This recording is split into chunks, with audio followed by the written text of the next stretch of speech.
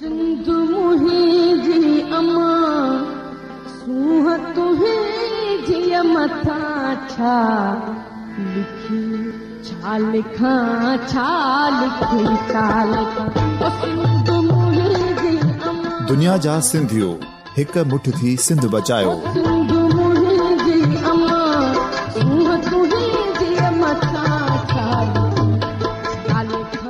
सिंध जो क़ौमी आवाज़ radio voice of Sindh London.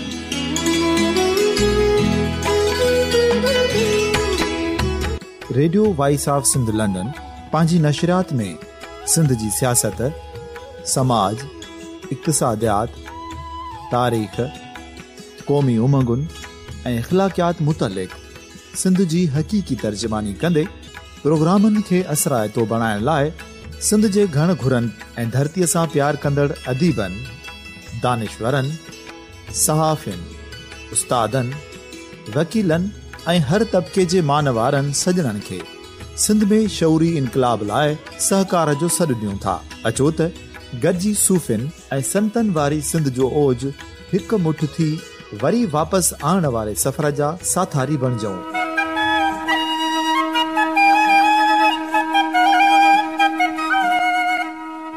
हिकु नए सुबुह जी शुरूआत जो पड़ाॾो घर घर, ॻोठ ॻोठ ऐं शहर शहर ताईं पहुचायो। शाल सिंध आबाद ऐं ख़ुशहाल थिए, सिंधी माण्हू सुखियो ऐं सताबो थिए।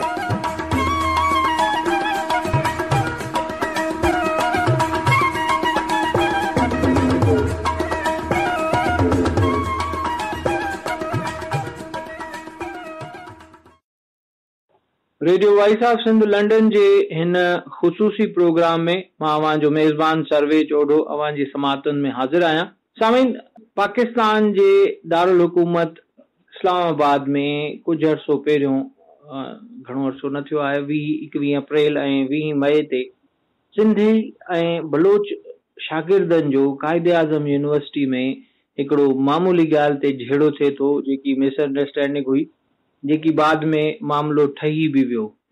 पर इंतज़ामिया उन जे एवज़ 26 शागिर्दनि खे, जंहिंमें सिंधी ऐं बलोच जो चङो ख़ासो रेशो आहे, 26 शागिर्द, जंहिंखे इन्हनि न रुगो यूनिवर्सिटी मां परमनेंट 6 सिंधियुनि खे कढी छॾियो आहे ऐं 2 बलोच आहिनि उन में, जंहिंखे परमनेंटली घर रवानो करे छॾियो आहे बोरिया बिस्तर, त तव्हां वरी वापसि नथा जॉइन करे सघो यूनिवर्सिटी। टोटल 26 शागिर्द आहिनि सिंधी बलोच, ऐं हिन वक़्तु उहे शागिर्द जंहिं जबर जी सूरत हाल में आहिनि, उहो उन्हनि खे ख़बर आहे। कंहिंजा लास्ट सेमेस्टर आहिनि, कंहिंजो कैरियर स्टेक ते लॻल आहे। असां सां गॾु अॼु हिन प्रोग्राम में असांखे जॉइन कयो आहे सनाउल्लाह अमान चांडियो। सनाउल्लाह, वॾी महिरबानी radio voice of Sindh London सां ॻाल्हि ॿोल करण लाइ। महिरबानी साईं तव्हांजी जो तव्हां मौक़ो ॾिनो। सनाउल्लाह लाइ ॿुधाईंदो हलां सामीन त ही लास्ट सेमेस्टर जो शागिर्द आहे डिफेंस एंड स्ट्रेटेजिक स्टडीज़ जो, ऐं एक्स जनरल सेक्रेटरी रहियो आहे मेहरान काउंसिल जो। 2 सालनि खां हिन यूनिवर्सिटी में आहे ऐं हिन लास्ट सेमेस्टर में हिन जे मथां एॾो वॾो मामिलो थी वियो आहे जो ही हाणे चौवाटे ते अची बीठो आहे त हिन खे वञिणो काॾे आहे। ऐं ही नौजवान, जंहिंजी न को सियासी सरपरस्ती करे थो, न को समाजी सरपरस्ती करे थो, अॼु असां तव्हांजी अदालत में वठी आया आहियूं, अवामी अदालत में, दुनिया में वेठल सिंधी जिते जिते असांखे ॿुधो था। असां हिन शागिर्दनि जी ॻाल्हि तव्हांजी कोर्ट में रखूं था ऐं हिननि जी ज़ुबानी ॿुधूं था त आख़िर मामिलो छा हो जो ही एॾो वॾो मामिलो थियो आहे, ऐं हिन वक़्तु हुननि सां कंहिं राब्तो कयो आहे, हुननि जी छा सूरत हाल आहे। सलाम साईं, वॾी महिरबानी। हाणे पाण ॻाल्हियुनि जो सिलसिलो शुरू कयूं था। असांजे सामईन खे पहिरियों ॿुधायो त सही त हे मामिलो थियो कीअं, इन जो बुनियाद छा हुयो ऐं कॾहिं थियो आहे, इन जो रीज़न, मेन कोर काज़ कहिड़ो आहे? जी साईं, असल में साईं हिन मामले खे सम्झण जे लाइ असां हिन मामले खे 2 पार्टनि में डिवाइड कंदासीं। हिकिड़ो आहे पहिरियां हिसो, जंहिंमें पहिरियां जो झेड़ो थियल आहे, जंहिंजी जेका डेट आहे उहा 21 अप्रैल जी आहे। उन खां पोइ जेको वायरल थियल वीडियो आहे, जंहिंमें टेरिस जे मथां सिंधी ऐं बलोचनि जी फाइट थी थिए, जंहिंमें पुलिस बि ॾेखारियल आहे, उहो जेको आहे उहो वाक़ियो 20 मई जो आहे। 21 अप्रैल वारे वाक़े हिन ॿिन्हिनि जो हिक ॿिए सां तमामु घणो तालुक़ु हो ऐं इहे ॿई हिक ॿिए सां इंटरलिंक वाक़िया हुआ। 21 अप्रैल ते जेको वाक़ियो थिए थो उहो पाकिस्तान स्टडी डिपार्टमेंट आहे कायद आज़म यूनिवर्सिटी जो। उन जा 2 दोस्त आहिनि, हिकिड़ा क्लासमेट आहिनि, उहे जॾहिं मतिलबु हिकिड़ी डिपार्टमेंटल ट्रिप थी वञे त उन ट्रिप ते 2 दोस्तनि में कता कलामी थी थिए ऐं उन्हनि में हिक ॿिए जी जेका तिखनि मिठनि लफ़्ज़नि जी ॾेवट थी थिए। उहो मसइलो जेको आहे यूनिवर्सिटी में ताईं पुॼण में मतिलबु इन मसइले जे बुनियाद जी जेका आहे उहा हैसियत वठी थो वञे। जीअं 21 अप्रैल ते मसइलो थिए थो तीअं असां जेके हिते हाणे सीनियर आहियूं या जेके हिन वक़्तु फाइनल ईयर सेमेस्टरनि जा शागिर्द आहियूं, छो जो हिते जूनियर ऐं सीनियर जो सिस्टम हूंदो आहे, त असांजी गाइडेंस जे लाइ असां हिते मतिलबु यूनिवर्सिटी में मौजूदु हुआसीं ऐं मामिलो जेको उहो ट्रिप ते थी चुको। उन मसइले जे हल जे लाइ 21 अप्रैल वारी राति ई जीअं उहे ट्रिप तां दोस्त वापसि मोटी आया आहिनि त सिंधी जेका कम्यूनिटी आहे उन जे सीनियर्स ऐं उन जे जेके हिते रहनुमा आहिनि, उहिदेदार आहिनि जेके मेहरान काउंसिल जा, उन्हनि जी सरबराही में सिंधी कम्यूनिटी ॿियनि कम्यूनिटीज़ खे इन्वॉल्व करे ऐं जेको आहे त हितां जी काइदियन स्टूडेंट फेडरेशन आहे जेका उनखे इन्वॉल्व करे इन मसइले खे टेबल ते हल करण जे लाइ कोशिशूं कयूं आहिनि ऐं राज़ी बि थिया आहिनि त इन मसइले खे जेतिरो नंढिड़ो मसइलो आहे, 2 क्लासमेट जो मसइलो आहे, इन खे एतिरी शिदत न ॾिजे जो इहो क़ौमी मसइलो बणिजी वञे। त उन जे लाइ उन जे हल जे लाइ जेके आहिनि त असांजूं कोशिशूं इहे हुयूं त असां मीटिंग घुराई आहे। उन मीटिंग दौरान मतिलबु जिते मां पाण बि मौजूदु हुउसि, उन खां अलावा असांजी मेहरान काउंसिल जा करंट जेके उहिदेदार आहिनि उहे बि मौजूदु हुआ ऐं उन खां अलावा हिकु अधु सीनियर बि मौजूदु हो जेको सलाह मशवरे जे लाइ ऐं मामले खे थधे करण जे लाइ उन मीटिंग में वेठल हो। उन मीटिंग दौरान ई थियो ईअं आहे जो बलोचनि जा कुझु दोस्त आहिनि जेके मतिलबु हिन यूनिवर्सिटी सां तालुक़ु न पए रखियो जिन, हिन यूनिवर्सिटी सां तालुक़ु रखंदड़ जेके दोस्त हुआ उहे बि उन में मौजूदु ज़रूरु हुआ, पर मतिलबु घणा ई जेका ई उहा ॿाहिरिनि यूनिवर्सिटियुनि खां आयल दोस्तनि जी, उहे मिली करे जेके ॿाहिरि हॉस्टल्स जे आॾो मौजूदु हुआ, सिंधी इन फ़ैसिले जे इंतज़ार में हुआ त हिन ठाह जो फ़ैसिलो ईंदो, उन्हनि ते उन्हनि बलोच दोस्तनि हमिलो कयो आहे, जंहिंजे नतीजे में उन वक़्तु 21 अप्रैल वारे वाक़े में 4 खां 5 जेके आहिनि उहे सीरियसली इंजर्ड आहिनि सिंधी, जंहिंमें हिक जी नक जी हॾी भॻल आहे ऐं हिक जो जेको आहे मथो फाटल आहे ऐं 3 खां 6 दोस्तनि जूं ॿाहूं जेके आहिनि उहे भॻल आहिनि। उहो वाक़ियो थी थो वञे, उन विच में इन वाक़ियो उहो राति जो वाक़ियो थिए थो, असीं मतिलबु ख़ामोश था रहूं, असां रिटेलिएशन नथा कयूं। उन राति असां सुबुह थिए थो यूनिवर्सिटी जे आला अमलदारनि सां राब्तो था कयूं, उन्हनि खे ॿुधायूं था त हीउ वाक़ियो थी वियो आहे ऐं उन वाक़े खे तव्हां बि ॾिठो आहे, तव्हां बि उते मौजूदु आहियो ऐं उन वक़्तु बि पुलिस नफ़री अची चुकी हुई, उन जे बावजूदि हू जेको आहे त मतिलबु सिंधियुनि सां बलोच विढ़ी ऐं वापसि जेके ॿाहिरां जी यूनिवर्सिटियुनि मां आयल आहे उहे पंहिंजी यूनिवर्सिटियुनि ॾे आराम सां रवाना थी विया, उन्हनि जे विच में या उन्हनि खे रोकण जे लाइ या कानूनी इक़दामात के बि न वरिता विया।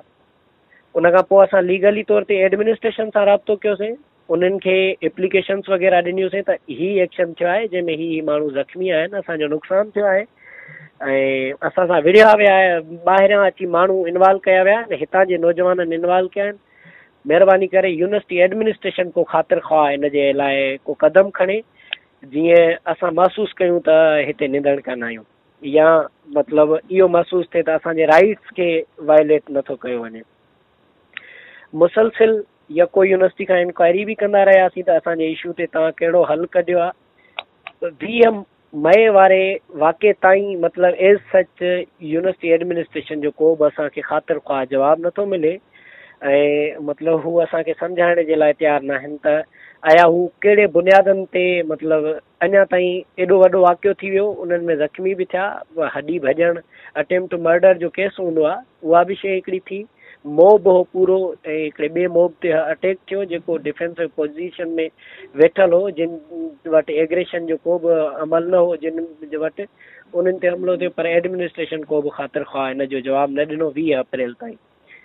20 अप्रैल ते मतिलबु वरी साॻियो ई, छो जो जेकॾहिं हिकिड़ो नंढिड़ो मसइलो थियल आहे ऐं उन में हिकिड़ी कम्यूनिटी जा इमोशन्स आहिनि, उनजे दोस्तनि जूं जेके आहिनि राया आहिनि, ऐं उनखे जेकॾहिं हिन खां पहिरियां बि पस मंज़र ॾिसिजे त हिन खां पहिरियां बि सिंधी कम्यूनिटी सां पठान कम्यूनिटी जो जहिड़ो थियो ऐं उन में जेका वहशत ॾेखारी वई, दहशत ॾेखारी वई, त अञा ताईं उन मसइले जो बि असांजे ज़हननि तां ॿार न हटियो हो। अञा ताईं असां पंहिंजे जूनियरनि जे ज़हननि मां उहो ख़ौफ़ ई न कढी सघिया हुआसीं त हीअ असां सां वरी ॿियो मसइलो थियो। ऐं ॿिए मसइले थियण खां पोइ इंतिहाई जेका आहे असांजे पूरे सिस्टम में, असांजी पूरी कम्यूनिटी में डिस्टर्बेंस पैदा थी वई। असां सुठे नमूने पेपर करण जी सघ असां में न हुई, असां उन्हनि पेपरनि में न पिए वेही सघियासीं, टेस्टूं न पिए ॾेई सघियासीं। मतिलबु ज़हनी तौर ते काफ़ी जेके आहिनि असांजा दोस्त डिस्टर्ब आहे। मतिलबु सिंधी माण्हुनि खे हिते पढ़ाई जे लाइ एतिरो सर्वाइव करिणो थो पए, एतिरो फेस करिणो थो पए, जो मतिलबु हर आए ॾींहुं हर सेमेस्टर में असां सां हिकु जंग थी थिए, जंहिंजे नतीजे में असां धक था खाऊं, असांजो नुक़सानु थो थिए।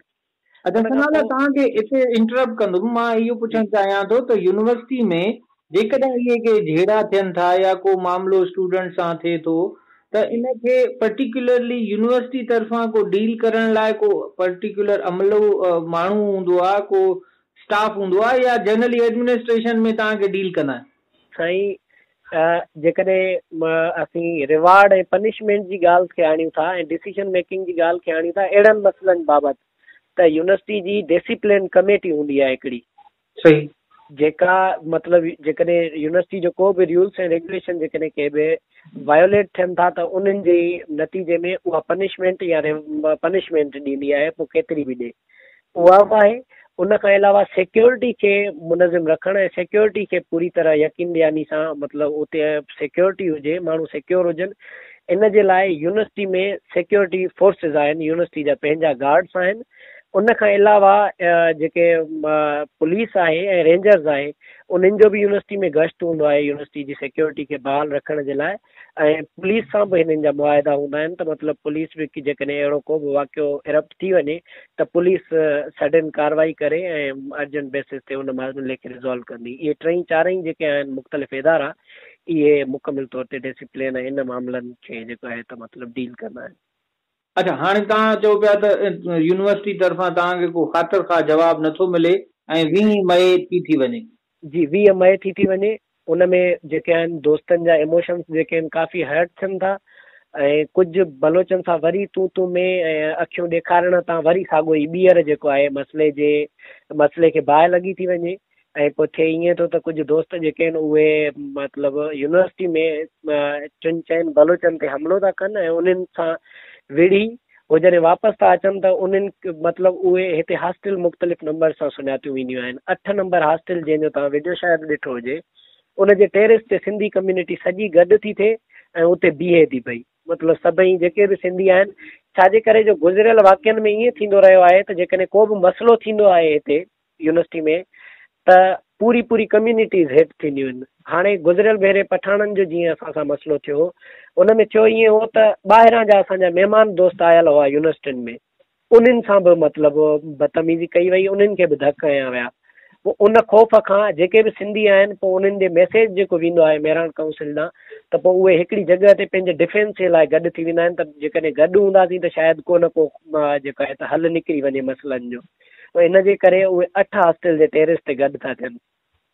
पहिरियां बलोचनि सां यूनिवर्सिटी में उन्हनि जो जहिड़ो थो थिए, उन खां पोइ हॉस्टल 8 जे टेरिस ते गॾु था थियनि, जंहिंजी वीडियो बि तव्हां ॾिठी हूंदी। उते बिल्कुलु मतिलबु डिफेंसिव पोज़ीशन में सिंधी माण्हू बीठा आहिनि त जीअं बलोचनि खे पाण ताईं पुॼणु न ॾियनि। ऐं उन विच में सिंधी जीअं ई हॉस्टल 8 जे टेरिस ते गॾु था थियनि त पुलिस जी भारी नफ़री हॉस्टल जे ॿाहिरां पुॼी थी वञे, जंहिंमें 2 खां 3 पुलिस जूं गाॾियूं आहिनि ऐं इस्लामाबाद जा तक़रीबन आला अमरदार जेके आहिनि, कामोरा जेके आहिनि, उहे जेके आहिनि त उहे बि उन्हनि सां गॾु आहिनि। मुख़्तलिफ़ एडमिनिस्ट्रेशन जा माण्हू बि गॾु आहिनि, यूनिवर्सिटी सिक्योरिटी जा माण्हू जेके आहिनि उहे बि उते गॾु आहिनि। मुसलसिल यको इंतज़ारु कंदा था रहनि। हुननि जे पुॼण खां बाद में बलोच कम्यूनिटी पुॼे थी, उहा सिंधियुनि ते पथराव शुरू थी करे, पथर हणणु शुरू थी करे। ऐं उन खां अलावा जेके कोल्ड ड्रिंक्स जूं बोतलूं आहिनि उन्हनि खे उछलणु शुरू थी करे, जंहिंजे नतीजे में सिंधी बि उन्हनि खे जवाबु ॾियनि था। उहे पथर जेके आहिनि उहे वापसि उन्हनि खे जवाब था ॾियनि। हॉस्टल 8 जे टेरेस तां मुसलसिल 2.5 कलाक तक़रीबन जंग हलंदी रहे थी। जंग जहिड़ो मंज़र थी थो वञे। इन विच में पुलिस को बि ख़ातिर खा मतिलबु कदम नथी खणे त इन जहिड़े में इंटरवीन करे ॿिन्हिनि धुरियुनि खे डिस्पर्स करे वधीक को नुक़सानु थियण खां रोकिजे 2.5 कलाकनि ताईं। ऐं उन विच में ADC जेको हिते मौजूदु हो उनखे सिंधी जेके नौजवान आहिनि टेरिस ते बीठल उहे मुकमिल तौर ते मतिलबु उनखे चवंदा रहनि था त महिरबानी करे तव्हां इंटरवीन कयो। ऐं ॿियनि कम्यूनिटीज़ जा माण्हू जेके मौजूदु आहे उहे बि उन्हनि खे ॿाहूं ॿधनि था। इन्हनि जा वीडियोज़ बि मौजूदु आहिनि।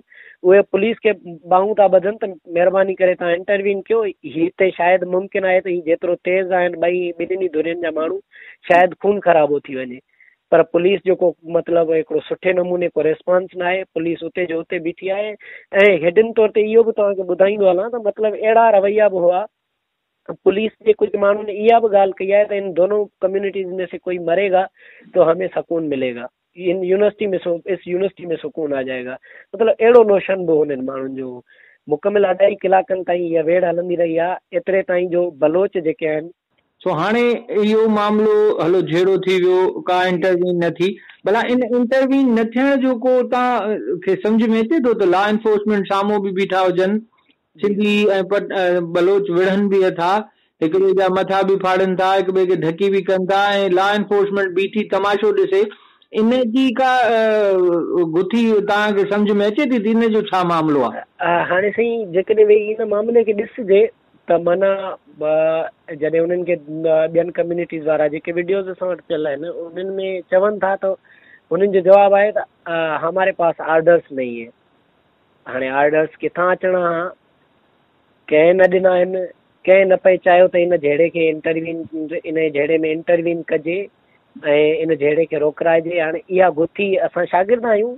तव्हां सम्झी सघो था त मतिलबु ही जेकॾहिं पॉलिटिक्स हुई त पॉलिटिक्स जी अहिड़ी का सित आई जंहिं ताईं असां नथा पुॼी सघूं या जेकॾहिं को अहिड़ो वॾो को मसइलो हो कराइणो हो अॻ में का प्लान हुई इहा शइ उन शइ खे बि असां नथा सम्झी सघूं ऐं रद्द बि नथा करे सघूं त का शइ मुमकिन आहे अहिड़ी हुजे जो आख़िर ताईं जेसि ताईं बलोच मतिलबु इंटर थियनि था सिंधियुनि खे मारनि था उन खां पोइ टीयर गैस था हलनि।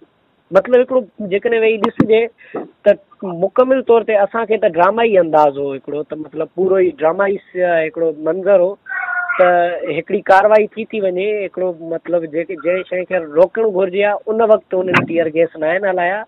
जॾहिं धक हणी सिंधियुनि खे ज़ख़्मी कयो थो वञे उन वक़्तु टीयर हली था वञनि।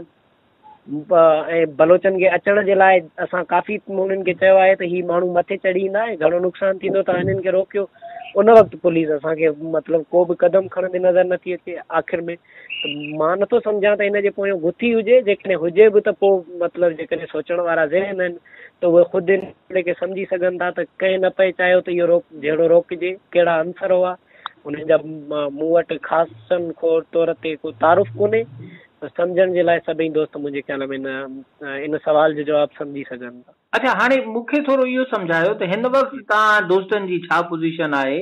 तव्हां जेके 6 ॼणा परमानेंटली जेके घर उमाणिया विया आहियो उन्हनि ते छा पेनल्टीज़ पयूं आहिनि इहो थोरो ॿुधायो असांखे ऐं जेके ॿिया आहिनि उन्हनि ते छा पियो आहे? जी जी हाणे मतिलबु टोटल इन में 16 ॼणा सिंधी आहिनि ऐं 10 ॼणा बलोच आहिनि जिन मां सिंधियुनि जो तादादु 6 जेके मुकमिल तौर ते यूनिवर्सिटी मां बेदख़ल कया विया आहिनि जेके वापसि यूनिवर्सिटी में नथा अची सघनि। यूनिवर्सिटी प्रीमिसिस में उन्हनि जी एंट्री बैन आहे। उन खां अलावा असांजे मथां 50,000 फाइन बि लॻायो आहे। बज़ाते ख़ुदि मां हिकिड़े उस्ताद जो पुटु आहियां ऐं मुंहिंजे मथां जेको ख़र्चु कयल आहे बाबा साईं जो मतिलबु पूरी डिग्री ते उहो उन जहिड़े नमूने कयो आहे उहो मूंखे ख़बर हूंदी। एन टाइम ते मुंहिंजी डिग्री उहा सॼी महिनत जेकॾहिं ज़ाया थी वञे त हक़ीक़त इहा आहे त हिन वक़्तु जेका असांजे दोस्तनि जी कंडीशन आहे त 2 खां 3 दोस्त एतिरा बि आहिनि अहिड़ा बि आहिनि जिन सां असां माण्हू गॾु छॾे ॾिना आहिनि। उन्हनि जी मतिलबु जेके ॻाल्हियूं आहिनि त जेकॾहिं असांजी डिग्री बहाल न थींदी त असां ख़ुदकशियूं करे छॾींदासीं।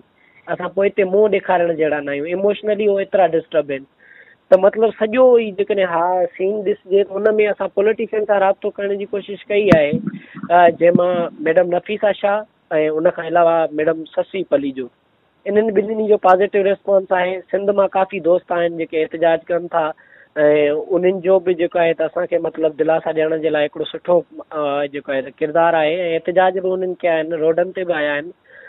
यूनिवर्सिटी एडमिनिस्ट्रेशन असांखे अञा ताईं का बि मतिलबु हल जे तरफ़ वेंदे नज़र नथी अचे। अञा ताईं उन्हनि जो लहजो नरम न आहे थियो ऐं इतफ़ाक़ सां मतिलबु 9 तारीख़ खां असांजा पेपर शुरू थियण वारा आहिनि, सुभाणे न ॿिए ॾींहुं। ऐं अॼु ताईं हींअर ताईं इन खां अलावा मां तव्हांखे हिकिड़ी ॻाल्हि ॿुधाईंदो हलां त असांजे मथां हिकु त यूनिवर्सिटी इहे पेनल्टीज़ बि हयूं आहिनि, उन खां अलावा असांजे मथां FIR बि थियल आहे। अच्छा। जी जी, जंहिं FIR में मतिलबु असांजे मथां जेके कलम लॻल आहिनि उहे अटेम्प्ट मर्डर जा लॻल आहिनि। न, उहा FIR तव्हांजे मथां यूनिवर्सिटी कटराई आहे? जी जी, यूनिवर्सिटी एडमिनिस्ट्रेशन रजिस्ट्रार जे थ्रू आहे जेका आहे FIR फॉरवर्ड थी आहे ऐं उन्हनि जेका आहे त असांजे मथां कटराई आहे। अच्छा, उनजी का कार्रवाई पुलिस जी या को? उन में 3 जेके आहिनि सिंधी नौजवान, सिर्फ़ु 26 ॼणा तक़रीबन हुन मसइले में जेके आहिनि नॉमिनेट थियल आहे। उन्हनि मां जेके आहिनि त मतिलबु 3 सिंधी जेके आहिनि अरेस्ट थिया आहिनि ऐं उन्हनि जे पोयां मतिलबु कूड़ी जेका आहे पिस्टल जी रिकवरी बि ॾेखारी वई आहे। 2 जिन में नामालूम आहिनि, उन्हनि जो FIR में बि नालो न हो, उहे दोस्त हिन वक़्तु बेल ते आहिनि। बाक़ी अञा ताईं असां जेके आहियूं उहे रूपोश आहियूं, जेके ॿियनि दोस्तनि जा नाला आहिनि। मतिलबु असां पंहिंजी ज़मानतूं कराइण, ज़मानतुनि जे लाइ पैसा खपनि, ज़मानतुनि जे लाइ वकील खपनि। असां वटि एतिरो मतिलबु फाइनेंशियली असां एतिरो स्ट्रांग ई न आहियूं जो वकील कराए असां पंहिंजी ज़मानतूं कराए सघूं या असां ॾेई पैसनि जी असां पंहिंजी ज़मानतूं कराए सघूं। अच्छा, इन में सिंध गवर्नमेंट जो या जीअं तव्हां ॿुधायो शशि पली जो आहे या नफ़ीसा शाह आहे, उन तव्हां सां कुझु राब्तो कयो आहे? इन खे FIR वारे मामले खे या यूनिवर्सिटी एडमिनिस्ट्रेशन सां ॻाल्हाइण वारे मामले खे उन्हनि छा चयो आहे, उहे छा करे सघनि था? साईं, मैडम शशि पली जो अॼु सेनेट में इहा ॻाल्हि डिस्कस जे लाइ रखी हुई ऐं उन्हनि ते तकरीरूं थियूं आहिनि। मैडम नफ़ीसा शाह सां बि मिलिया आहियूं, उन्हनि बि चयो आहे त असां तव्हांजी पेनल्टीज़ जेके आहिनि उन्हनि खे घटि कराईंदासीं, कोशिशि कंदासीं त तव्हां सां इंसाफ़ थिए। बाक़ी सिंध गवर्नमेंट जो मतिलबु मजमूई तौर ते एज़ सच को बि रेस्पॉन्स न आहे आयो। असेंबली जी मेहरान काउंसिल तव्हांजी जेकी दोस्तनि जी आहे, उन जो को इन मामले ते रिएक्शन? साईं, मेहरान काउंसिल मुकमिल तौर ते इहो मेहरान काउंसिल जे मथां ई आहे, सॼो कुझु फेस करे पई। असांजूं पंहिंजूं टीमूं ठहियल आहिनि जेके मुख़्तलिफ़ माण्हुनि सां मिलनि बि थियूं, जेके मुख़्तलिफ़ जॻहियुनि तां मदद थियूं वठनि। छाजे करे जो असांजो को पॉलिटिकल हिकिड़ो एफिलिएशन न आहे हूंदी कंहिंसां बि। ऐं असांजो पंहिंजो ई हिकिड़ो नंढिड़ो इदारो आहे, यूनिवर्सिटी सतह जो इदारो आहे, को एॾो वॾो न आहे, जंहिंमें मतिलबु असांजो हिकिड़ो नंढिड़ो सेटअप ठहियलु आहे। उन सेटअप जे बुनियादनि ते, उन सेटअप जे हवाले सां जेके जिते जिते असांखे रिलेशन मिलनि था, असां हुननि खे इस्तेमालु करण जी कोशिशि कयूं था जीअं हिन मसइले जो हल निकिरी सघे। अच्छा सनाउल्ला, हाणे तव्हां वटि ओपन ऑडियंस आहे, असांजो रेडियो न रुगो दुनिया जे 64-65 मुल्कनि में ॿुधो वेंदो आहे, पर सिंधी जिते जिते आहिनि सिंध समेत उते ॿुधो वेंदो आहे। इहो इंटरनेट जो रेडियो आहे ऐं फेसबुक ते असां यूट्यूब ते लिंक्स बि ॾींदा आहियूं, जेके तव्हां सुभाणे पंहिंजो प्रोग्राम ॿुधी बि सघो था। ऐं उन में तव्हां कहिड़ो मैसेज ॾींदव, तव्हां कहिड़ी अपील कंदव, ऐं इन में यूनिवर्सिटी इंतिज़ामिया जो एॾो बायस एटीट्यूड, इन खे कीअं था ॿुधायो? साईं, मुंहिंजी जेका मतिलबु सिंधी क़ौम सां जेको मां मुखातिब थी, जेकॾहिं मां उन्हनि खे का गुज़ारिश कंदुसि त मुंहिंजी गुज़ारिश इहा ई हूंदी त मामला हर जॻह ते थींदा रहंदा आहिनि। हिन मामले खे एतिरो नेगेटिव रुख न ॾिनो वञे। हिकिड़ी शइ, हिकु नोशन असां वटि इहो आहे त सिंधी शागिर्द मुकमिल तौर ते मतिलबु जहिड़नि ऐं फसादनि खां अलावा हुननि खे को कमु न आहे हूंदो। त मां हुननि जी इन शइ सां मतिलबु पूरे तौर ते इन शइ खे रद्द करण जी मां हतमी कोशिशि कंदुसि, पंहिंजे इन दलील सां त जेकॾहिं असां 1650 किलोमीटर पंहिंजे घरनि खां परे हिते जेकॾहिं आया आहियूं ऐं असां पंहिंजे पीउ माउ जो, वालदेन जो जेकॾहिं उन्हनि जूं जेकॾहिं कंहिं उमेदूं खणी आया आहियूं, त यकीननि असांजो मक़सदु बिल्कुलु बि इहो ई आहे त असां हितां तालीम पिराए सिंध जे माण्हुनि जी ख़िदमत वञी कयूं, सिंध जे माण्हुनि जा अंज जेके आहिनि उन्हनि खे संजनि में तब्दील करण जी कोशिशि कयूं। असांजो बुनियादी तौर ते मुकमिल तौर ते मुंड खां वठी मक़सदु इहो रहियो आहे। हाणे डिफेंस एक्ट्स में जेकॾहिं के मामला थी था वञनि त उन में असां ते पहिरीं शइ त इहा शइ न लॻाई वञे त को असीं हिते बिल्कुलु बि मतिलबु जेके आहियूं उहे मुकमिल तौर ते जेके 450 सिंधी पढ़नि था उहे के ओबाश हरकतूं करण में मुलविस हूंदा आहिनि या उहे के बिल्कुलु दादागिरी वारी ज़िंदगी पसंदि था कनि। असांजो बिल्कुलु मक़सदु इहो आहे त असां तालीम पिरायूं ऐं उहो ई असांजे लाइ असांखे सिंध जे सभिनी अंजनि जो जेको आहे त हल इन ई तालीम पिराइण मां नज़र ईंदो आहे। बिल्कुलु असांजी इहा सोच आहे। हिन वक़्तु जंहिं कंडीशन मां असां गुज़रूं था पिया या जंहिं हालात मां असां गुज़रूं था त मां सम्झां थो त इहो हिकिड़ो प्रेसिडेंट थो ठहे सिंधी नौजवान जे लाइ, सिंधी शागिर्द जे लाइ। त जेकॾहिं सुभाणे तव्हां सां नाजाइज़ी बि किथे थी वञे त तव्हांजी वाहर खणण वारो को बि कोन्हे। इहा हिकिड़ो असां वटि अहसासु थो पैदा थिए, अहसास कमतरी पैदा थी थिए सिंधी नौजवाननि में, जेका न सिर्फ़ु असांखे नुक़सानु पहुचाईंदी पर असांजे ईंदड़ जनरेशन्स खे बि पहुचाईंदी। सिंधी क़ौम जो कहिड़ो बि फ़र्द कहिड़े बि जॻह ते जेकॾहिं रहे थो त मां सम्झां थो हिन मामले जी पेचीदगियुनि खां उनखे वाक़ुफ़ु थियणु घुरिजे ऐं उनखे इहा शइ सम्झणु घुरिजे त जेको सिंधी नौजवान जेकॾहिं इस्लामाबाद में मतिलबु हिकिड़ी निंधणकाई वारी हालत में आहे त इन जो असरु सिर्फ़ु उन्हनि शागिर्दनि ताईं महदूद न आहे। इहा तबाही जेका आहे काफ़ी घराणनि ताईं बि वञी सघे थी, इहा तबाही पूरी क़ौम जे लाइ बि साबित थी सघे थी। हिन वक़्तु 16 माण्हुनि जी जेकॾहिं डिग्री स्टेक ते आहे त मां सम्झां थो त सिंध जे 16 नौजवाननि जे ज़हीन तरीन जेके सोचूं आहिनि उन्हनि जी जेका आहे हिकिड़ी तबाही जो जेका आहे त इहो सबबु बणिजंदी, जेको सिंध जो वॾे में वॾो नुक़सानु आहे, सिंध जे शऊर जो वॾे में वॾो नुक़सानु आहे। असांजी इहा ई गुज़ारिश आहे पूरी क़ौम खां, सिंध गवर्नमेंट खां, जेके बि मतिलबु हिकिड़ी धुरियूं आहिनि जिन वटि कुझु न कुझु करण जी सघ आहे उन्हनि खां त महिरबानी करे असांजी वाहर कयो, असांजे इशू खे सम्झण जी कोशिशि कयो, असां ते जेके पेनल्टीज़ लॻियूं आहिनि उन्हनि जी एक्सट्रीम लेवल खे सम्झण जी कोशिशि कयो ऐं जिदोजहद कयो असांजे लाइ त जीअं असांजो मुस्तक़बिल बची सघे। असांजो मुस्तक़बिल बचियो त असां जीअं सुभाणे कोशिशूं करे सघूं त सिंध जो मुस्तक़बिल बचे। हाणे आख़िरी सवाल हिकिड़ो इहो पुछंदुमि त हिन वक़्तु जीअं तव्हांजे मथां FIR बि आहिनि, एक्सपेल बि थी वियो, रेस्टिगेशन्स बि आहिनि, इन खे को कानूनी चैलेंज करण जे लाइ तव्हांजी टीम कोई सोचे थी त बाबा इन मामले खे असां कोर्ट में छिके वञूं त यूनिवर्सिटी जो एॾो लापरवाही वारो एटीट्यूड हेॾो जहिड़ो थिए थो 20-21 अप्रैल ते वरी 20 मई ते इन दौरान यूनिवर्सिटी जो को किरदारु न आहे, इन खे छा तव्हां सम्झो था त इन खे कोर्ट ॾे वठी वञिजे, तव्हांजूं पंहिंजूं FIR उन्हनि खे मैटर खे तव्हां जेको कानूनी लाहे अमल आहे जोड़ियो आहे को? साईं इन हवाले सां असां वकीलनि सां राब्ते में आहियूं मुसलसिल ऐं असांजे मां जीअं तव्हांखे ॿुधायसि त 9 तारीख़ ते सुभाणे हिन ॿिए ॾींहुं दोस्तनि जा पेपर आहिनि जेके रेस्टिगेट थियल आहिनि ऐं एक्सपेल थियल आहिनि। जेकॾहिं असांखे उन्हनि पेपरनि में न वेहणु ॾींदो त मतिलबु फ़ैसिलो भली रीस्टोर बि थी वञे पर असांजा पेपर हलिया वेंदा ऐं असांखे एडिशनल सेमेस्टर लॻी वेंदा। उनजे करे असां स्टे ऑर्डर जे लाइ पिटीशन दायर करण जे तरफ़ बि वञूं था पिया।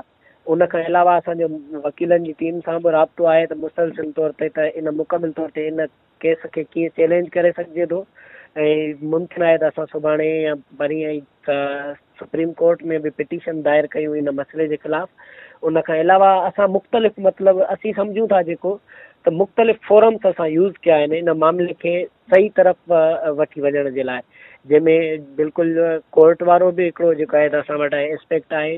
उन खां अलावा असां पॉलिटिशियन सां बि राब्तो कयो आहे, सेनेट में जीअं अॼु ॻाल्हि थी आहे त उहो बि राब्तो कयो होसीं। उन खां अलावा जेके शागिर्द दोस्त आहिनि सिंध में जेके एहतिजाज था कनि उन्हनि सां बि असां मुकमिल तौर ते राब्ते में आहियूं त जीअं इहो मतिलबु असां सभई तक़रीबन जेके जितां बि असांखे हल नज़र अचे थो उहा कोर्ट हुजे, सियासतदान हुजनि या शागिर्द हुजनि या मीडिया हुजे, असां सभिनी धुरियुनि सां राब्ते में आहियूं मसइले जे हल जे लाइ।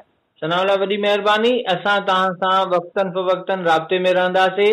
Radio voice of Sindh London पंहिंजी भरपूर कोशिशि कंदी ऐं हिन ॾुखे वक़्त में न रुगो तव्हां सां पर बलोचनि सां, सिंधियुनि सां, छो जो असां घर जा 2 भाती आहियूं। असां ईअं सम्झो त जेकॾहिं ॿिन्हिनि खे नुक़सानु थियो आहे ऐं ॿिन्हिनि जो नुक़सानु हिकिड़ी सोची सम्झियल साज़िश लॻे थी, निंढणको करे तव्हां ॿिन्हिनि खे रोड ते उछलायो वियो आहे ऐं विड़ाए करे ॿिन्हिनि खे नुक़सानु ॾिनो वियो आहे। इन सिलसिले में कुझु ॿिया दोस्त आहिनि लाइन ते, उन्हनि सां बि ॻाल्हि ॿोल कंदासीं ऐं तव्हां सां इहो वचन कयूं था त तव्हांजे हिन मसइले हल थियण ताईं तव्हां पाण खे अकेलो न सम्झिजो। रेडियो वॉइस ऑफ सिंध उन जा लिसनर ऐं ज़ाती तौर ते सर्वेज तव्हां सां गॾु आहे। वॾी महिरबानी साईं, लख थोरा तव्हांजा।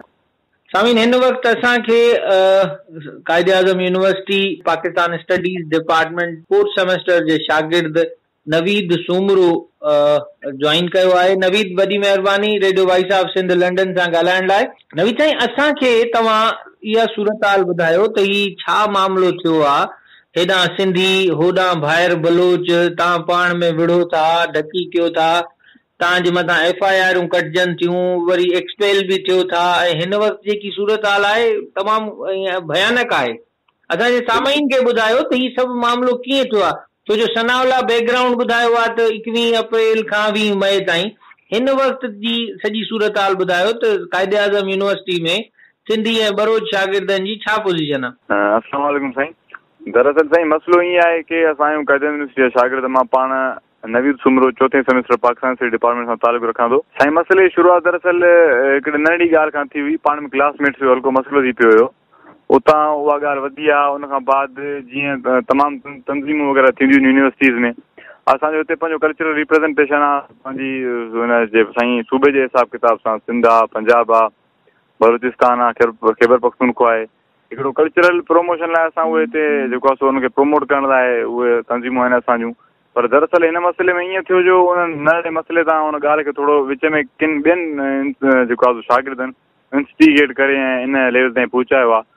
ऐं साईं ईअं बि न आहे की असांजो पहिरियों मसइलो आहे, पहिरियां बि मसइला थींदा रहिया आहिनि यूनिवर्सिटीज़ में। हिन यूनिवर्सिटी में असांजे पंहिंजो डिग्री जे दौरान मसइला थिया आहिनि, कम्यूनिटीज़ जो पाण में क्लेशिस थींदो रहंदो आहे, पर पोइ उन्हनि जे विच में असांजी जेकी शागिर्द तंज़ीम आहे उहा पाण ई पंहिंजो सुलह करे मसइले हल कंदी आहे। पर हिन दफ़े एडमिनिस्ट्रेशन साईं असांखे ईअं मतिलबु प्रेशराइज़ कयो आहे ऐं दबाव विधो आहे, ख़ासि करे जेके असांजा सिंधी ऐं जेको आहे सो बलोच शागिर्द आहिनि जिन जो पाण में मसइलो थी पियो साईं, जीअं हुनखे ॾेखारियो वियो, जेको हुनखे जामो पारायो वियो। दरअसल हक़ीक़तूं उहे न आहिनि। हक़ीक़तूं उहे आहिनि की हिनखे घणो कुझु मतिलबु जीअं ॻाल्हियुनि खे चवंदा आहिनि रुमाल में वेड़े करे पेश कयो वेंदो आहे, हिननि उहो कयो आहे। हिन वक़्तु ताईं सिचुएशन इहा आहे की एडमिनिस्ट्रेशन तमामु प्रेशराइज़ कयूं वेठी आहे स्टूडेंट्स खे। मसइला अॻ में बि थिया आहिनि, पर हुन ते कंहिं बि क़िस्म जी का FIR या मतिलबु अहिड़ा सख़्तु हुन लाइ फ़ैसिला न कया विया आहिनि। हिन मसइले में हिन ॻाल्हि खे ॿिन्ही तरफ़नि खां हैंडल कयो थो वञे। UDCA जेकी यूनिवर्सिटी डिसिप्लिन कमेटी आहे, उन असांजा 26 छोकिरा जेको आहे सो एक्सपेल करे छॾिया आहिनि। हुनजी फ्यूचर सां मतिलबु हुन फ्यूचर खे हिकिड़ो रिस्क ते रखियो आहे, हुनजी डिग्रीज़ कैंसिल कयूं, हुनखे रिस्टिकेट कयो आहे। उन खां अलावा FIR दर्ज करायल आहे, उहा अलॻि आहे साईं। उहे मतिलबु जेके शागिर्द आहिनि 26 उन्हनि ते FIR आहे ऐं उहा बि यूनिवर्सिटी ख़तमु नथी कराए।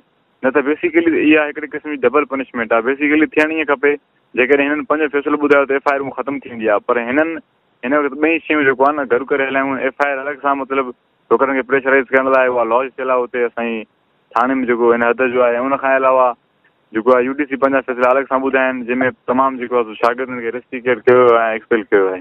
नवी साईं, इहा रविश यूनिवर्सिटी जी ॾिसो था त एॾी सख़्तु रविश, उहा बि सिंधी ऐं बलोचनि सां, हालांकि जहिड़ा यूनिवर्सिटियुनि जो हिसो आहिनि, जिते रांदियूं थींदियूं आहिनि उते जहिड़ा बि थींदा आहिनि। हाणे यूनिवर्सिटी तव्हांखे डबल पनिशमेंट ॾिए थी ऐं एॾो सख़्तु रवैयो। तव्हांजो 21 अप्रैल ते मामिलो थिए थो, 20 मई ताईं यूनिवर्सिटी जो कोई अहिड़ो को रिस्पॉन्स बि नथो अचे, त जंहिंजे करे इहो ॿियो जहिड़ो थिए थो। त इन सॼे मामले खे यूनिवर्सिटी जे लाइ तव्हां कीअं था सम्झो त इहा इंतिज़ामिया आख़िर छो थी चाहे तव्हां ॿई विड़ो? बिल्कुलु साईं, 21 अप्रैल ते मसइलो जॾहिं हल्को थी चुको, थोरा घणा शागिर्दनि जे विच में जेकॾहिं रंध चकर थिया त उहो मसइलो ते एडमिनिस्ट्रेशन पंहिंजे में वरितो हुयो ऐं उनखे काफ़ी अर्सो गुज़रण बावजूदि उन लाइ न को फ़ैसिलो, न के मतिलबु उन लाइ उपाउ वरितनि त इन शइ खे जीअं ख़तमु कयो वञे। अञा बि मतिलबु एतिरे क़दुरु जो उन शइ खे एडमिनिस्ट्रेशन पाण इंस्टिगेट कयो आहे कंहिं सोर्सिस ज़रिए, ऐं इहो मसइलो इन हद ताईं पहुचाए करे पोइ हिन शागिर्दनि ते जेको आहे सो हिकिड़ो उन्हनि खे प्रेशराइज़, उन्हनि खे पंहिंजे हाल ते छॾे ॾिननि। पोइ ज़ाहिरी ॻाल्हि आहे, अलॻि दिमाग़नि, अलॻि आइडियोलॉजीज़, अलॻि स्टूडेंट्स आहिनि, विच में इंस्टिगेट करण वारा माण्हू बि हिते काफ़ी सातरा आहिनि। पोइ उन सां ॿिनि ग्रुप्स जे विच में झड़पूं थियूं, उन मसइले खे तमामु जेको आहे सो वधाए करे ॾेखारियो आहे। उहो इन लाइ इन जी साज़िश हुई की जीअं माना हिन स्टूडेंट्स खे वरी असां प्रेशराइज़ कयूं। अच्छा, हाणे पोइ सूरत हाल छा आहे? जेके 26 स्टूडेंट आहिनि उहे जंहिंजे मथां FIR दर्ज थियल आहिनि, उहे किथे आहिनि? तनावला ॿुधाए पियो त तव्हांजा एग्ज़ाम्स बि 9 तारीख़ खां शुरू थियनि था, त हिन वक़्त ताईं त का बि पेशरफ़्त न थी आहे तव्हांजे मामले में? साईं ईअं आहे की असांजा 9 तारीख़ ते बेशक पेपर शुरू थियनि था ऐं हिन महिल ताईं असां जेके कुझु पंहिंजा दोस्त मोकिलियासीं उन्हनि VC सां पंहिंजो राब्तो कयो ऐं त जेके उन तमामु उन्हनि मतिलबु लीगल मीन्स हुआ कम्यूनिकेट करण जा, एडमिनिस्ट्रेशन सां उन ॾे विया आहिनि बार बार। उनखे जेको आहे सो चयो वियो आहे त अहिड़े क़िस्म जी सज़ाऊं अॻ में न ॾिनियूं वयूं आहिनि ऐं न ई जेको आहे सो हाणे मुतारिफ़ करे वयूं त बहितर आहे, छो इन सां स्टूडेंट्स खे सॼी ज़िंदगी ते हिकु साईं जेको एक्सपेल थियल आहे जिते FIR आहे उन शागिर्द जी बेसिकली सॼी ज़िंदगी ते असरु थो पए हिन शइ जो। डिग्री ख़तमु करण का नंढी ॻाल्हि न आहे, उहो एडमिनिस्ट्रेशन मतिलबु बिना हिकिड़ो सोचे करे पंहिंजो इन शइ मां जज़्बात खे हिकिड़ो एक्सक्लूड करे ऐं इहे फ़ैसिला ॾिना आहिनि, ख़बर न आहे कहिड़नि बेसिस ते। नवीद, हाणे लॉ एंड छा जुड़े थो? सियासी तौर ते या कानूनी तौर ते तव्हां दोस्तनि पाण में मिली को लाइ अमल त जोड़ियो हूंदो? साईं बेसिकली असां तमामु पंज जेका सियासी रिप्रेज़ेंटेटिव जेके असांजे इस्लामाबाद में आहिनि उन्हनि सां राब्तो कयो आहे। उहे चवनि था असां कम्यूनिकेट कयो आहे पंहिंजो तव्हांजे एडमिनिस्ट्रेशन सां, तव्हांजे वीसी सां, पर उन्हनि खे को चङो रिस्पॉन्स कोन ॾिनो आहे। या वरी जेके असां हितां शागिर्द आहियूं पाण वीसी सां वञी मिलिया आहियूं। हिन वक़्तु ताईं सिचुएशन इहा आहे की मतिलबु FIR आहे न असांखे यूनिवर्सिटी में दाख़िल थी था सघूं, रहिया पियूं इस्लामाबाद मतिलबु घर खां 5 खां 1000 या 1500 किलोमीटर परे। हिते तमामु मुश्किल मतिलबु हिन वक़्तु असांजी रिहाइश खे बणायो वियो आहे न साईं। हिकिड़े हिसाब सां असां रूपोश लॻा पिया आहियूं FIR, हालांकि असांजो जुर्म बि कोई एॾो न आहे जंहिंमें मतिलबु एतिरी उन्हनि पंहिंजा अहिड़ा कानून साज़ी मुताबिक़ जेको आहे सो सेक्शन्स ऐं इहे FIR में ॿुधाया आहिनि, अहिड़े कंहिं बि क़िस्म जी का ॻाल्हि न आहे। हिनखे हिकिड़ो मतिलबु पाणी हथरादू या शकल ॾिनी वई आहे साईं इन मसइले खे। ऐं हिन वक़्तु इहो आहे की असां वधि में वधि जेको आहे सो हुनखे अप्रोच कयो आहे। असांजा जेके सियासी पंहिंजा लीडर आहिनि उन्हनि कोशिशि कई आहे, पर वीसी कोन थो मञे। ॿिए ॾींहुं मतिलबु जुमे ते 9 तारीख़ ते असांजो 9 जून ते पहिरियों पेपर आहे। अगरि पेपर में असांखे न वेण ॾिनो वियो त मतिलबु असांजी डिग्री हिकिड़े क़िस्म जो कोई फ़ैसिलो कयो आहे इहो इम्प्लीमेंट थी वेंदो ऐं असांजी डिग्री खे नुक़सानु आहे हिन सां। अच्छा, हाणे तव्हां radio voice of Sindh London जे हिन प्लेटफॉर्म तां कहिड़ो पैगाम ॾियणु चाहींदव असांजे ॿुधंदड़नि खे जेके सिंध सां तालुक़ु रखनि था, सिंधी तालुक़ु रखनि था, जेके मुख़्तलिफ़ मुल्कनि में वेठा आहिनि, उन्हनि खे को पैगाम ॾियणु चाहियो? साईं ॾिसो, सभु जेके असांजा ॿुधंदड़ भाइर आहिनि सभिनि लाइ इहो पैगाम आहे की असां पंहिंजा कंहिं मतिलबु सिंध जी तव्हांजी तालीमी निज़ाम जी तव्हांखे ख़बर आहे, उते असां जेके ॾींहं ॾिसी आया आहियूं जंहिं मरहलनि मां असां गुज़री हिते पहुता आहियूं 1500 किलोमीटर घर खां पंधु करे। असांजे वालदेन जेको हिते ख़र्चु करे 4 सेमेस्टर असांखे पढ़ायो आहे। हाणे आख़िर में जॾहिं डिग्री असांजी पूरी थियण वारी आहे त असां इहो ज़ुल्म कयो थो वञे। बेसिकली मां साईं जेको आहे मुंहिंजो वालिद साहिबु हिकिड़ो दर्जी आहे ऐं मूंखे हुन कीअं हिते जेको आहे मोकिलियो आहे, कीअं मूंखे मुंहिंजी पढ़ाई खे अफोर्ड कयो आहे, उहो ई बहितरु ॼाणे थो। हाणे उहा डिग्री मुंहिंजी पूरी थियण वारी आहे। हिन वक़्तु मूंखे एक्सपेक्ट कयो थो वञे, न ई मुंहिंजो को अहिड़ो जुर्म आहे, न ई अहिड़ो को मां हिते ॾोह कयो आहे, का वायोलेशन कई आहे वॾी। उन खां बावजूद बि अहिड़ो ज़ुल्म आहे। पंहिंजा जेके ॿुधंदड़ असांजा सभु सिंधी भाइर आहिनि दुनिया जे कंहिं बि कुंड कुर्चनि में, उन्हनि खे इहो पैगाम आहे असां हिन मामले में सपोर्ट कनि या जेकी उन्हनि जी अप्रोच आहे अप्रोच करे माण्हुनि खे चवनि, या घटि में घटि साईं सोशल मीडिया ते या कंहिं बि जेको आहे सो सोर्सिस थ्रू इन शइ खे कंडेम कनि ऐं हिन लाइ प्रोटेस्ट कनि। या जेके असांजा रिप्रेज़ेंटेटिव ऐं असांजा सियासी लीडर आहिनि उन्हनि खे गुज़ारिश आहे त हीअ शइ हिन असांजी शइ जो नोटिस वरितो वञे ऐं ख़ुदा र मतिलबु असांखे हिन ज़ुल्म खां बचाए वञे। नवीद, वॾी महिरबानी। तव्हां हिन ॾुखे वक़्त में पाण खे अकेलो न सम्झो। Radio voice of Sindh London तव्हां सां गॾु आहे ऐं असां सोशल मीडिया ते कोशिशि कंदासीं त सिंध जे ग्रुप्स खे डेवलप कयूं ऐं उन्हनि खे एक्टिवेट कयूं त जीअं हिन मसइले ते तव्हांखे नुक़सानु पहुचाइण खां बचायो वञे। बिल्कुलु साईं, असांखे तव्हां इहे उमेद। असां तव्हां सां वक़्तनि फ़वक़्तनि राब्ते में रहंदासीं। फ़िलहाल पंहिंजे प्रोग्राम जो वक़्तु पूरो थो थिए ऐं को बि मसइलो हुजे असांखे ईमेल कजो। असांजी ईमेल एड्रेस आहे info@radiovoiceofsindh.com। महिरबानी साईं, वॾी वॾी महिरबानी। साईं, इन सां गॾु पंहिंजे प्रोग्राम जो वक़्तु पंहिंजी पुॼाणी ते पहुचे थो। तव्हां दोस्तनि जी ॻाल्हि ॿोल ॿुधी कहिड़े तरीक़े सां इन्हनि सिंधियुनि ऐं बलोचनि खे हथ सां वठी विढ़ायो वियो आहे ऐं जेकॾहिं के ना इतफ़ाक़ियूं थींदियूं आहिनि त उन में इंतिज़ामिया जो अहम किरदारु हूंदो आहे त उनखे पाण में गॾु विहारे मामले खे सेटल डाउन कयो वञे। पर हिन मामले में ॿिन्हिनि पासे, हिकिड़े पासे सिंधी ॿिए पासे बलोच, त जेकी रविश रही क़ाइदे आज़म यूनिवर्सिटी जे इंतिज़ामिया जी जेके नौजवाननि तरफ़ां ॻाल्हि ॿोल कई वई त उन में ईअं पियो लॻो त ॼाणी वाणी हथ सां वठी हिन मामले खे, नंढड़े मामले खे वधाए मथे चाढ़ियो वियो ऐं उन में अल्टीमेटली 16 सिंधी ऐं 10 बलोच पंहिंजी यूनिवर्सिटी मां रस्टिकेट थी विया। हाणे इन्हनि जो मुस्तक़बिल किथे वञी पहुचंदो? ही मासूम शागिर्द जेके इल्म जी हासिलात लाइ पंहिंजे हज़ारे किलोमीटर छॾे जॾहिं इन मादिर इल्मी में पहुचनि था ऐं इंतिज़ामिया जो अहिड़ो माटेली माह वारो सलूक हुजे। जनरली यूनिवर्सिटी में ॿियनि क़ौमुनि जा बि पाण में जहिड़ा थिया आहिनि, उन में इंतिज़ामिया विच में पवंदी आहे, उन्हनि खे वेहारे करे मामला हल कराईंदी आहे ऐं रीजन वाइज़ जीअं महिराण काउंसिल आहे सिंधियुनि जी रिप्रेज़ेंटेटिव, उन ई वांगुरु सभिनि क़ौमुनि जी हिकिड़ी रिप्रेज़ेंटेटिव क्लब हूंदी आहे, एसोसिएशन हूंदी आहे उन में। त हिन दफ़े बलोच ऐं सिंधियुनि जो विढ़णु, विच में इंतिज़ामिया जो न अचणु, हिक ॿिए खे नुक़सानु पहुचाइणु, इन्हनि खे झेड़े लाइ फैसिलिटेट करणु, मां त ईअं चवंदुमि झेड़े लाइ फैसिलिटेट कयो वियो आहे यूनिवर्सिटी इंतिज़ामिया पारां। ऐं जॾहिं हू ॾेई वठी 2.5 कलाकनि जे झेड़े खां पोइ निढाल थिया आहिनि तॾहिं उन्हनि खे पुलिस जेको आहे छॾा कराई आहे ऐं एडमिनिस्ट्रेशन उन्हनि खे रेस्ट्रिकेशन बि करे थी, फाइन बि हणे थी, वरी मथां FIR अटैम्प्ट टू मर्डर जा बि हणे थी। इन मां अंदाज़ो लॻाए सघो था त असांजी इंतिज़ामिया, असांजी हेॾी वॾी क़ाइदे आज़म यूनिवर्सिटी जी इंतिज़ामिया इन रवैयनि ते अची पहुती आहे त सिंधी ऐं बलोचनि जो हाणे इस्लामाबाद में वधंदड़ रेशो खे कर्टेल कयूं ऐं इन्हनि खे पंहिंजनि झंगनि ऐं पंहिंजनि ॿूसाटियल माहौलनि ॾे वापसि मोकिलियूं। ही हितां पढ़ी करे दुनिया जे कुंड कुर्छ में फैली सघजनि था। इस्लामाबाद मां पढ़ी ही न रुगो मुल्क में फैलिजी सघनि था सुठनि ऐं आला उहिदनि ते, पर ही दुनिया में मुख़्तलिफ़ जॻहनि ते वञी करे पंहिंजो नालो ठाहे सघनि था। इन लाइ इन्हनि जी रस्ता रोक कई वई आहे। जेतिरो मूं सम्झो आहे, मुंहिंजी राय सां जेकॾहिं तव्हांखे इख़्तिलाफ़ हुजे त तव्हां मूंखे ईमेल करे सघो था। ही मुंहिंजी राय आहे ऐं मां इन खे इदारे जी या हर माण्हू जी राय नथो चवां ऐं इन लाइ मां तव्हां सभिनि खे इहा अपील कंदुसि, क़ानूनी इख़्लाक़ी असांखे हिननि जी मदद करणी आहे, छाकाणि त इहो मामिलो हाणे सेनेट में बि वियो आहे ऐं सेनेट जे इजलास में ही मामिलो डिस्कस थियो आहे। ही रुगो इन 26 छोकरनि जो मामिलो न आहे, पर ही ईंदड़ मुस्तक़बिल में सिंधी बलोच नौजवाननि जे मुस्तक़बिल जो बि मामिलो आहे। इन लाइ इन मामले खे सीरियसली खणणो पवंदो, इन मामले खे इंतिज़ामिया मथां दबाव वधाइणो पवंदो त तव्हां जेकॾहिं स्टूडेंट्स जहिड़ो कयो, चलो मञूं था तव्हां उन्हनि ते रेस्ट्रिकेशन हई, तव्हां उन्हनि ते फाइन हयो, वरी उन्हनि ते तव्हां केस बि कयो था अटैम्प्ट टू मर्डर जो। ही नौजवान आहिनि, ही बहितर मुस्तक़बिल ऐं रोशन मुस्तक़बिल ॾे वेंदड़ नौजवान आहिनि। इन्हनि खे तव्हां हथनि सां वठी बिहाइंड द बार्स न कयो।